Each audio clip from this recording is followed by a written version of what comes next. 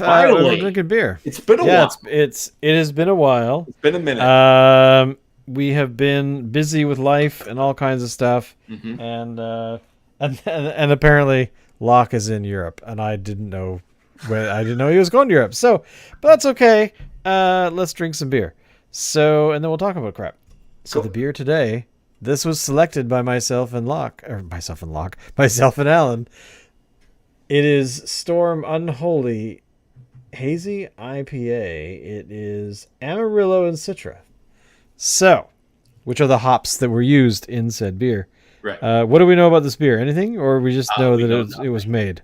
We know nothing. And there's actually nothing really on the can. It just says Storm Brewing Commercial What's the Drive. deal with this picture here? It's like a That rat looks like with a rat horns, with horns and part but the spider. rat has like multiple eyes. It's a spider. Oh, it's a spider?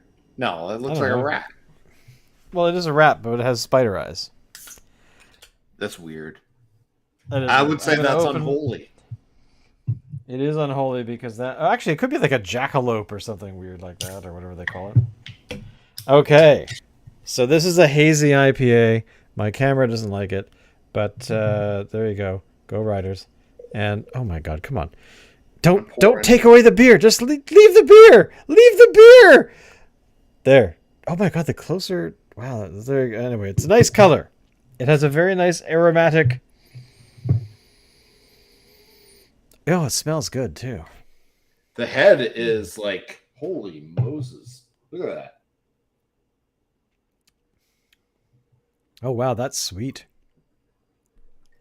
That's the Citra talking. Citra It gives is. it that, lemony flavor, but also it's really sweet in this particular one. I think mine was like extra cold, like maybe a little bit too cold, and I'm getting a lot of head. Yeah, well, I mean, these beers have Normally been it sitting in the sounds back like of a my good thing, fridge but- for weeks now. I think we bought. Did we buy this? We bought these in late August. Or Okay, No, these, early so these September. are the more recent ones because I remember we bought some like in December. Did we drink all those? Yeah, we drank all those now. no. We still have we got three. We still of have some them. from December. Oh, good lord!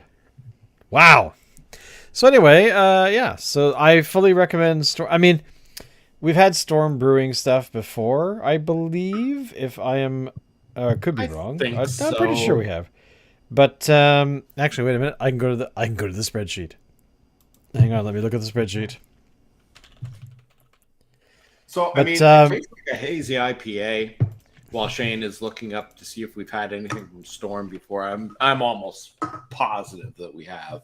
I couldn't name what it was, but Let's see. Storm. We've had. Well, if we have, it's not in my spreadsheet, oh, okay. which is actually unusual. I'm usually pretty good at keeping this up, but maybe not. I mean, it's so we'll find out soon. But yeah, I mean, basically, we've got a decent beer, and It's a good beer. I mean, effervescent as hell too. yeah, totally. Um, yeah, I mean, it's a hazy IPA. There's nothing really that sets it apart from any other hazy IPA. I do Right. like the fact that it's 7%. Yes, this one will sneak up on you. Luckily, the can is only 473, and it's not. I mean, we're not drinking tall boys here, so that would definitely be a bad idea. But overall, thumbs up. Yeah, I On mean, this it's a good beer. Thank There's you, nothing Storm bad Brewing. about it. There's just nothing special. And I think that Storm Brewing. I'm just gonna look this up on their website to see if there is anything about it.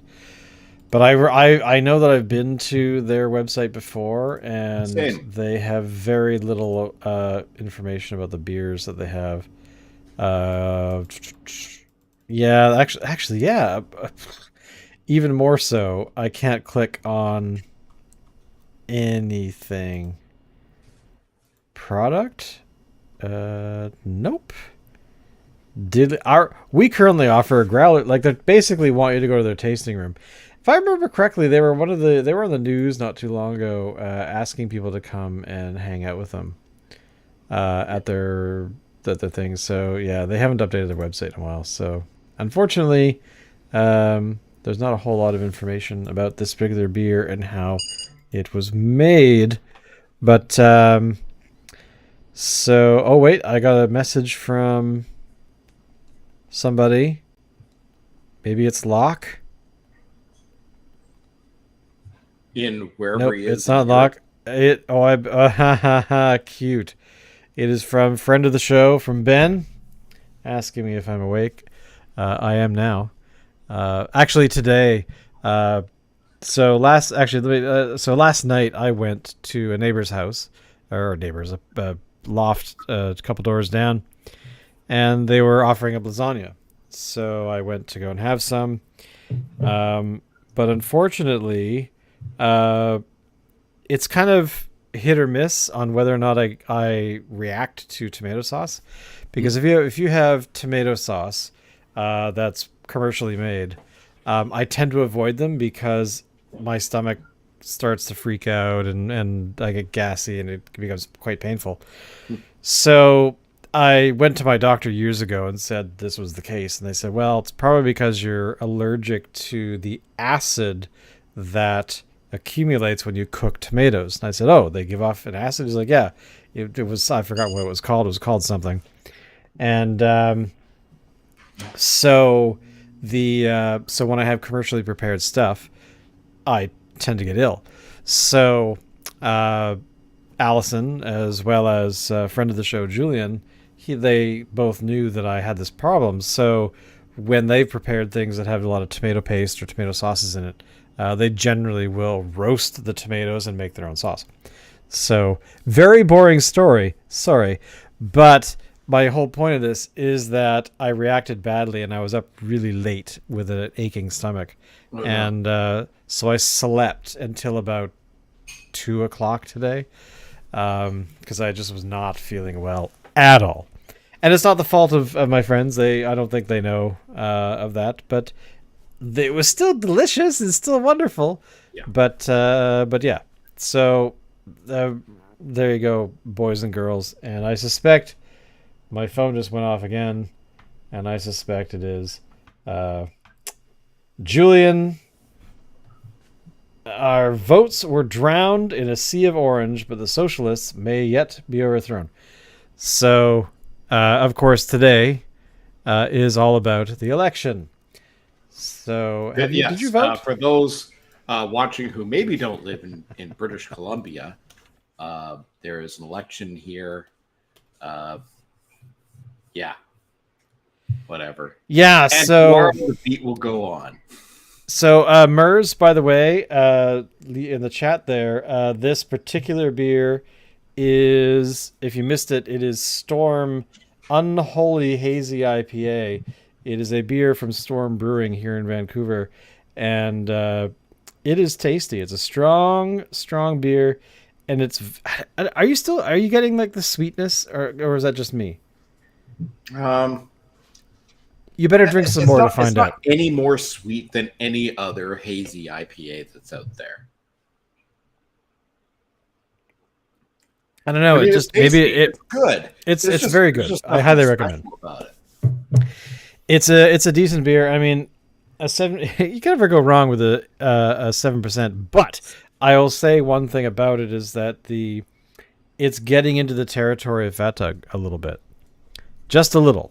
But you see, Fat Tug isn't a hazy IPA, though. That's the thing. No, I'm just talking about the actual hop flavor I'm getting from this beer. Right.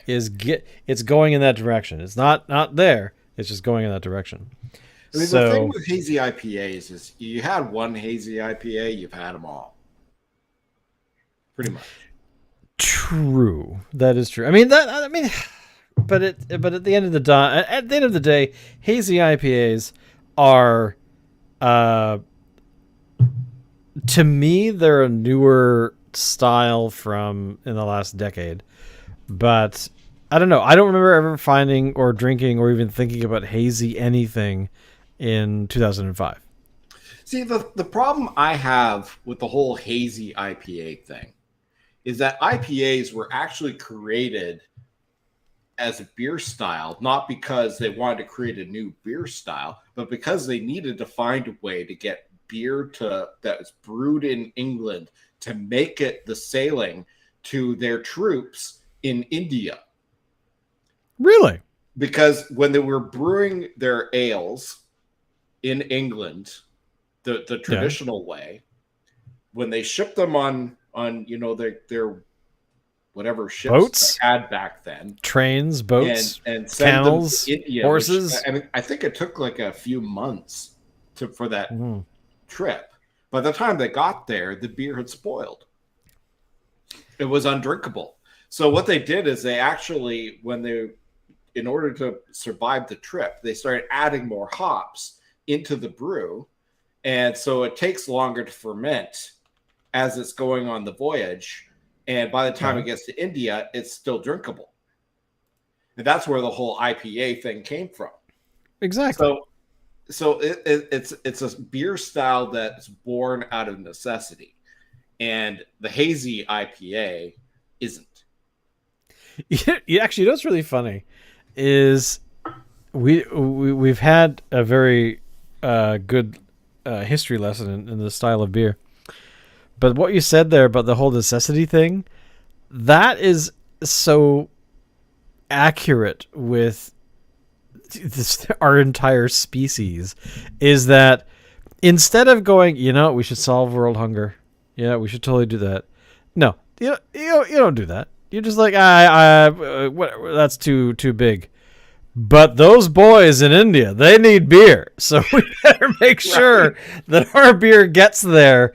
It's good, tasty, it hasn't spoiled, and they'll be very pleased. So yeah, I mean that's the necessity is not saving the human race. It's about whether or not the beer gets there and is actually tasty. So hey, there we go. Yeah. And one other point I wanted to make. I discovered this yesterday. So we had a fear that when Vancouver Island Brewing announced that they were closing their tasting room and their brewery and were going to be shipping everything off to Phillips to do, they were going to do their production and brewing. We wondered if that would be sort of like for their top selling seasonal beer, the Herminator. Well, the Herminator was released. So I think it hit shelves yesterday or something. So okay. So it's out there. I'm actually kind of impressed, to be honest. So tell me more. Anything you say? Like the Herminator, it should be showing up in stores pretty quick. Now, have you been, of course, for the Herminator, it is still October. It's not necessarily something that we are. I don't know. I always associate it with Christmas time. Like same. So I'm concerned that it's not going to be real. That it's going to be, well, because it maybe yes, it's released. But is it going to be the same? Yes, I've already had one. Actually. Oh, you did? Yeah. Oh, sorry, I missed that part. Okay. I actually had one last night. Yeah, it's exactly the same. Now let's be real here. The Herminator takes several months to make. Yeah. So Vancouver Island Brewing would have started this year's batch before all this stuff has happened. Right. So so I think next year is going to be sort of, we'll see where things are at, whether Phillips has the ability to actually make the Herminator on Vancouver Island Brewing's behalf. We'll see. Right. But yes, I've had the one for this year already, and it tastes the same as it always does. it's real. It's not imaginary. Yeah, and it tastes better with age. I still have a bunch of 2022 ones. I have a bunch that I bought last year that I still have. Right. So it's very cellarable. It's a good beer. If you don't want to get like the really expensive barley wines and all that kind of stuff, but you want something that's kind of like it's similar, but it's not like aged in rum barrels or whatever. It's a good alternative. I'm very curious about the rum barrel thing, because if okay, the beer we're drinking right now, pretty good, no complaints. Yeah. Would it improve if we stuck it in barrels? It might, and then again, it might not. And whenever we say this, I'm always thinking back to the Budweiser Copper. So it's funny you mentioned that. That's exactly what I was thinking about. 3 years ago. Oh god, it was pre-COVID, wasn't it? I don't remember.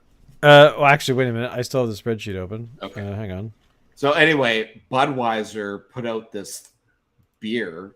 It was Budweiser that had been aged on Johnny Walker staves, and they called it Budweiser Copper. And oh my god, it was one of the best beers I've ever had. And that's saying something, because I don't like Budweiser. September 12th, 2019 is when we had that beer on the show. Okay, so just before the copper. I wrote down copper lager. So yeah, so it was a copper lager, but it was aged on. I said Johnny Walker. No, it was Jim Beam staves, not Johnny Walker. What am I talking about? Yeah, it was the Budweiser compilation or partnership, whatever you want to call it, with Budweiser to do that that beer. That was really good. There was also that really other good one. And it kind of made me wonder if like anything would be better if it's barrel aged. What is I don't think that's necessarily true. Oh my god, I've forgotten the name of the beer or the style of cocktail. Old fashioned. Yeah, the old. Remember the old fashioned? That was Central City that put that out. That's Central City? It was in the Advent calendar. One of the Advents. Oh, that's right. That's right. When they were still doing the collaboration with Parallel 49. Right. By the way, I am going down memory lane. June 27th, 2019 was when we did the Old English 800. Oh my god. That was awful. It was kind of fun to do, but oh my god, it was pretty terrible. But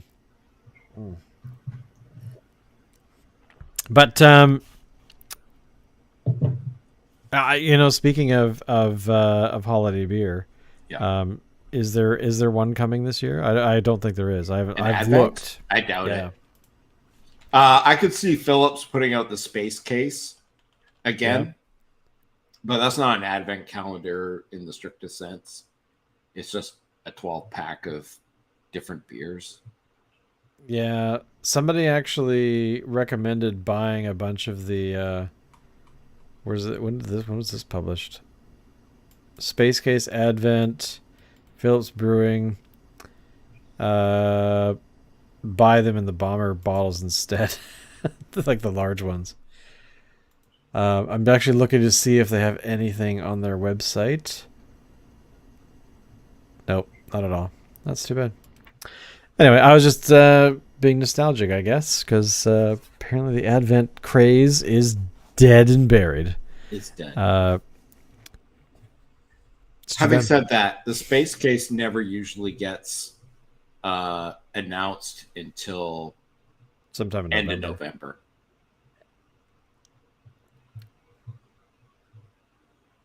This is good beer. It is. It's pretty good. So what else is going on? What else is going down out there in the world? You know, I've seen some things, and I'm like, oh, Shane and I should talk about that on the next podcast. And do I remember what they are? No. Well, okay, let me quickly look up. I'll go to my special link here, and I will see if there's anything going on, because the beer world has been so quiet in the last, couple of years. It's so incredibly sad. It's just so, it's dwindling. It's getting smaller. Oh, wait. Phillips Brewing opening a craft beer bar at Save On Foods Memorial Center in Victoria, British Columbia. I'm thinking, so Weird. at Save On Foods Memorial Center, which is the local skating arena thing for like hockey and all that kind of stuff. Yeah. They did have a partnership with Lighthouse Brewing Right. previously. I'm assuming that contract ended and they have renewed or formed a new partnership with Phillips instead. Oh, Probably because Phillips undercut everybody else, I'm going to guess. Okay, actually, here we go. This 6-pack of beer is apparently, let me just grab the share here, because I actually didn't know this was a thing, but apparently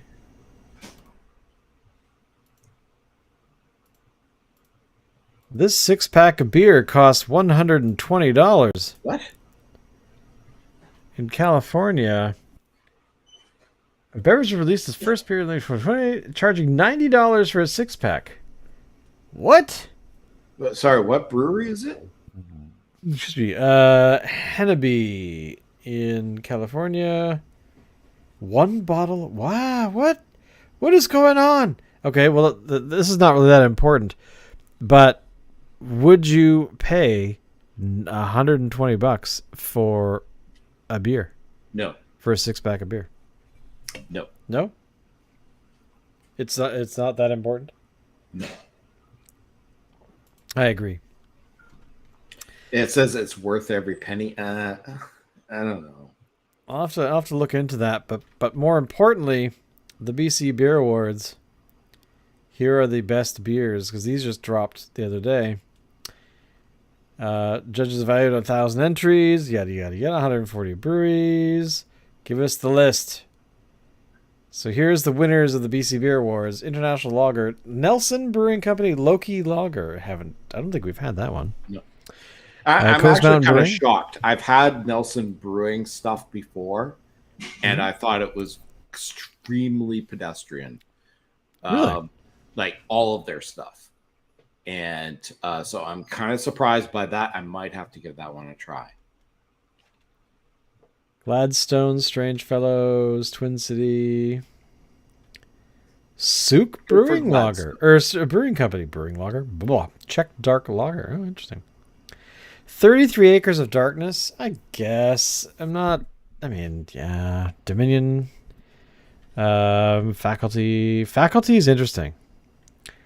They are just down the road for me. So if you can scroll back up Mhm. To the Dark Lager. Okay.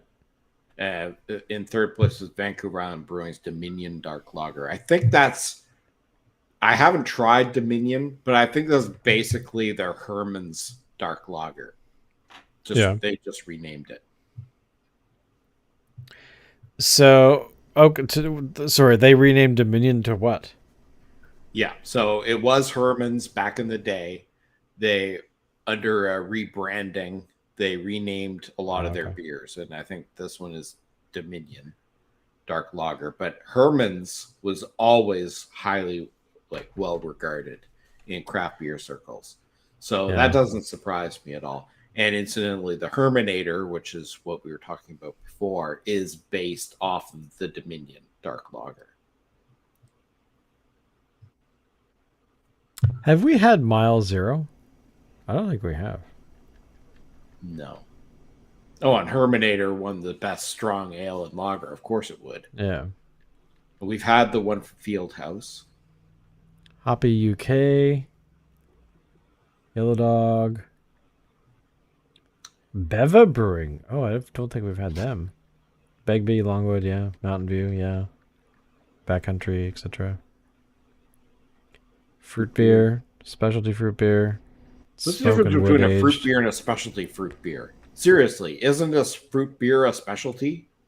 I think that the difference would be that they are flavored with a particular fruit, where the specialty is mimosa, for example. Like, to me, that's more of a cocktail leaning kind of thing. Okay. I'm just guessing. All right. I don't know their particular smoking wood aged. Quantum. Do you still have a can of Continuum? Yes. You do? Okay, because I have one of my. I just saw it in the fridge, and I was like, "When did I get this?" We were talking about doing it a few weeks ago. I just don't remember when we bought it.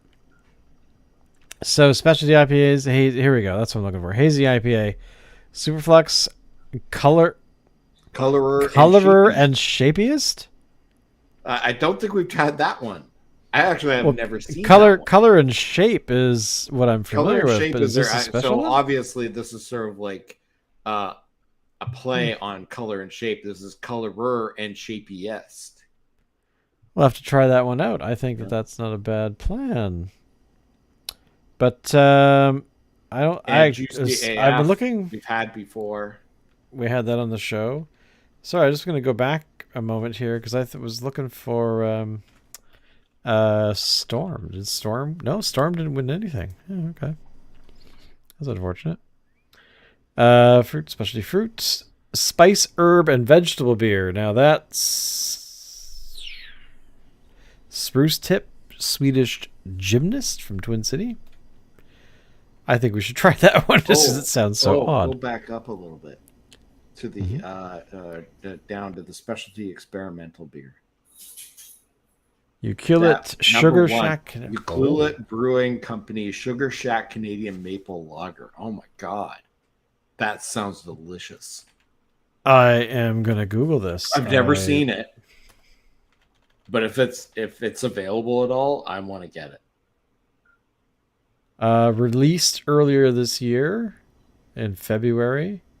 In cans. It's in tall cans, so the same size we're drinking right now. Really? I'll have to have a look for those. I'm gonna go to BC Liquor right now and see about that. That's actually.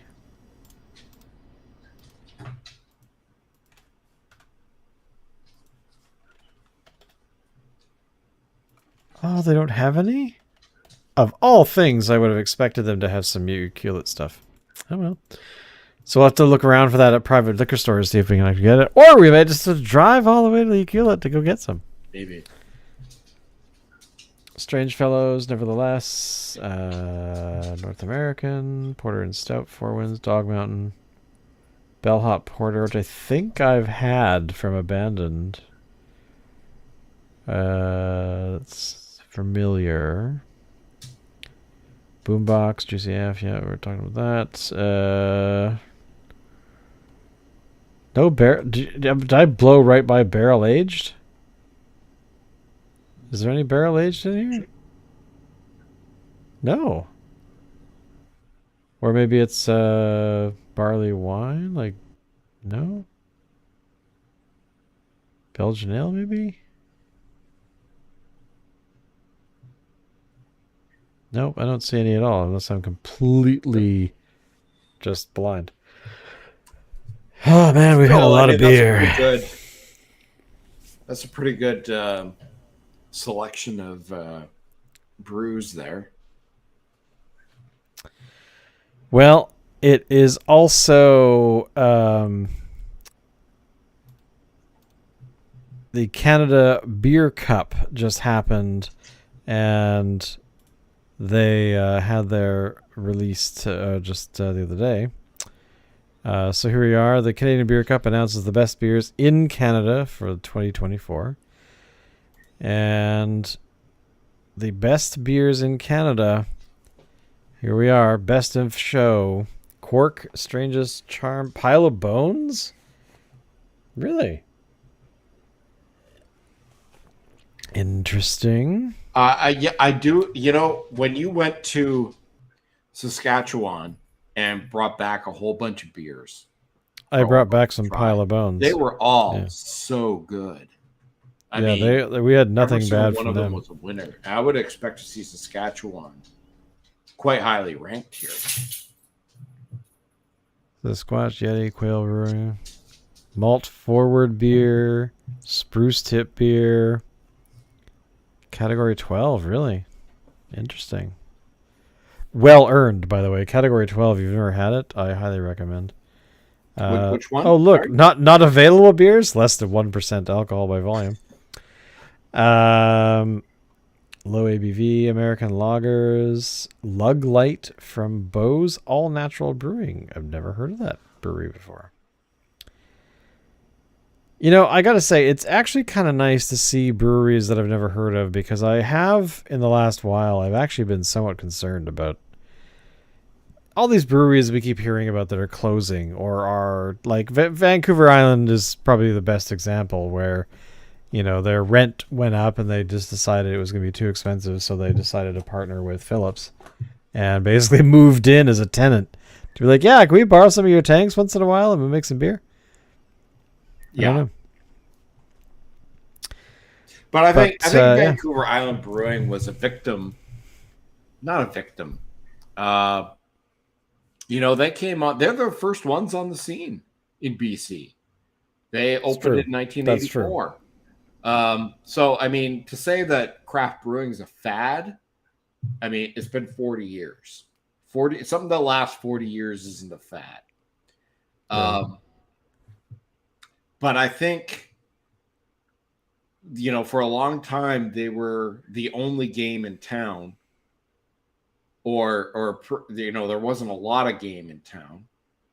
You know, Phillips came along and was good competition, and then there was Driftwood, and then Hoyne, and so many. There's so many breweries now in BC, and they're all innovating. Vancouver Island Brewing stopped innovating. They had their core beers that they made, and they kept making them, and they're okay beers. They're decent, but they didn't innovate. While everybody else was putting out specialty stuff, you know, like one-offs and stuff that was making their brand interesting. Vancouver Island Brewing, which is why I'm surprised that they don't do advent calendars constantly, where, I mean, I understand it's a lot of work. You're making like 24 random beers that you pull out of your butt. But to me, it's not really about the beer, because there are some real stinkers in a lot of the advent stuff that we've had. Hello, Mr. Needles. Yeah, Mr. Needles can bite my ass, but I'll drink it anyway. But that's the thing, right? Is that it's not about, I mean, like what you're saying, is it's not really about anything other than brand recognition. Like, oh my God, you had a brewery called whatever the hell that had this advent calendar that had 24 unique beers with maybe a few of their core beers that have been modified somewhat. You know, like the Herminator Candy Cane Edition or whatever. Yeah. And that to me is totally fine. And I think it's really a promotional tool, really, other than anything. Not to mention, there's also an element of the brewmasters being told, hey, we got to make 24 beers by the end of October so we can start canning, or mid-November, whatever it is. Go crazy. Do something unique. Do something holiday-esque. And it doesn't, and actually, to be honest, it doesn't necessarily have to be 24 holiday themed things. It could be, I don't know, do one for Valentine's Day, do one for Canada Day, do one for, you know, pick a different holiday so it's not such a stress on the on the system. So because a lot of breweries, they survive based on their core product, so they're always pumping that out. And if you're big enough, if you have enough tanks, then hey, you could pull these things off every year. But if you can't, or if you feel it's too stressful, or whatever, as a company, then do something different. Do 6. I think we've had is it Phillips has always done 12, right? They don't do the full 24 if I remember correctly. No, or maybe I. So there's all these things that you could do to promote. Because what else do you do as a beer company? Like really, when it comes down to it, well, if you're a craft brewer, your entire business is dependent on you being innovative. If you're not being innovative, exactly, you are going to fall to the wayside. Like the vagina beer or the vagina yeast beers that we've looked at, we've never had them. They're not about the beer. That is basically, hey, look, we international swimsuit model, porn star, whoever the hell it is, did this thing where they use we use their yeast to brew our beer, to ferment our beer. So it's all about those kinds of. I mean, that's total shock value. Blah blah blah blah blah. Yeah. But how we're still talking about it, and these things were done like years ago, and we made fun of it then. I make fun of it now. But I'm still. I mean, granted, I can't remember the name of the brewery. Like, no, that's totally gone. But and when I say innovative, I don't mean that necessarily. But I mean, well, no, that's true. But I'm just saying that the promotional side of it is what I'm sort of thinking about. But I mean, that's like, Phillips will go and put out a sour, and it's maybe not a core beer. They're going to put it out once, and you'll buy it. And then they'll never put it out again. Or, another one I'm thinking of is, their pumpkin beer. They put out Crooked Tooth, but then they also put out Crookeder Tooth, which is barrel aged Crooked Tooth.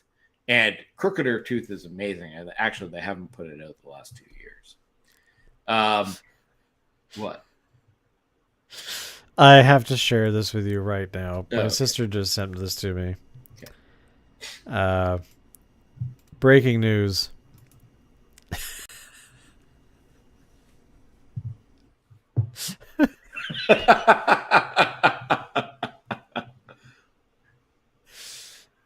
Complete. Just I had to share that to you. Anyway, sorry. You were saying. I was just saying that you have to have your core lineup, but you have to continue to innovate, and that doesn't mean necessarily making beers out of women's vagina juices, but like putting out stuff that's different, like a root beer.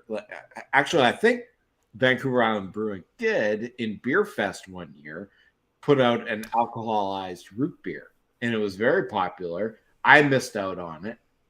It was gone by the time I got there. Bummer. I'm assuming it was a cask. I would think so, but they never released it commercially. But I mean, that's the kind of thing I'm talking about.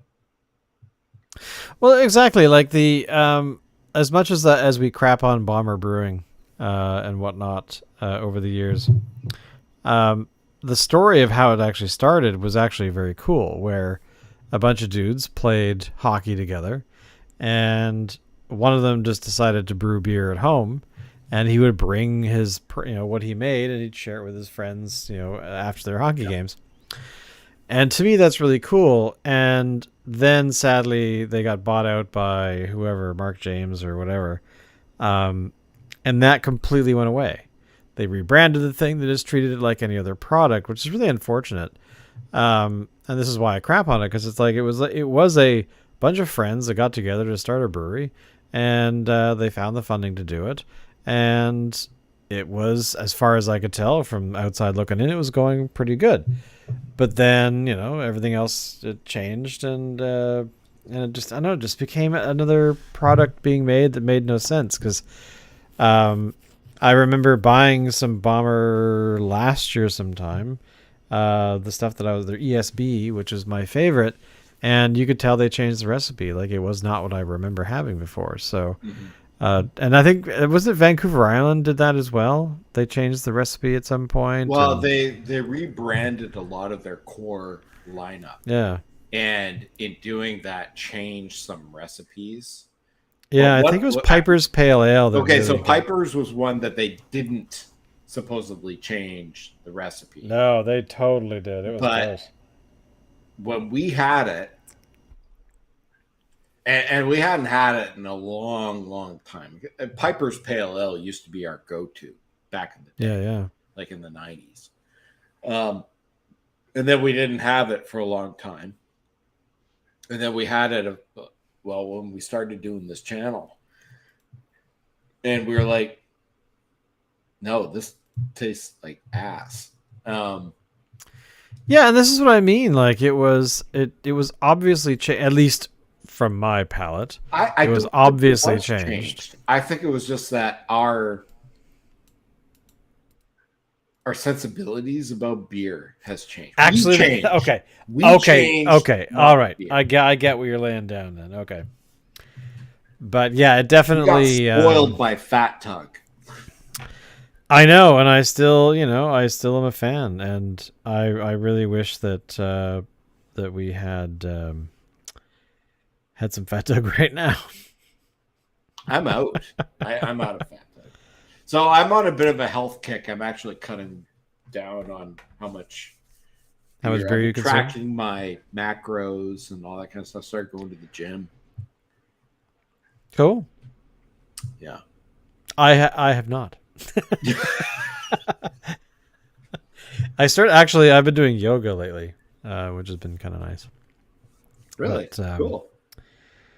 But anyway, well, on that note, we've been doing this for a little while, so we'll head it off there, and because we're so stimulating. But definitely check us out next week. We'll be back on Saturday, Friday, whatever day. And hopefully Locke will be back. I don't know how the hell Locke decided to go to Europe all out of nowhere. So, but thank you all for watching. There's been some activity in the chat, but also more importantly, we do this for fun. We don't really give a crap if thousands of people watch or attend. The only thing we do care about of late is people following our Facebook page.